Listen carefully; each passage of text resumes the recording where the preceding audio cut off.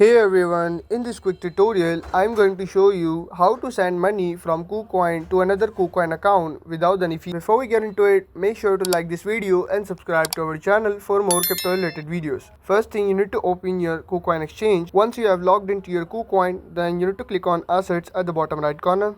Now click on funding at the top and select withdraw option. Now you can choose any coin as per your preference, but I will be demonstrate on USDT, so simply select USDT and now click on internal transfer. Now you have these three options, you can select any of these, so I will be showing you in UID option. Now you need to enter the another Kucoin account UID in this UID section. After that, you need to enter the amount of USDT you want to withdraw from your Kucoin account. After filling all these details, you need to click on this withdraw button and it will take up to 2 to 3 minutes to transfer your funds into another Kucoin account without any fees. And that's it. Now you know how to send money from Kucoin to another Kucoin account without any fees. If this video found you helpful, make sure to like this video and subscribe to our channel for more crypto related videos.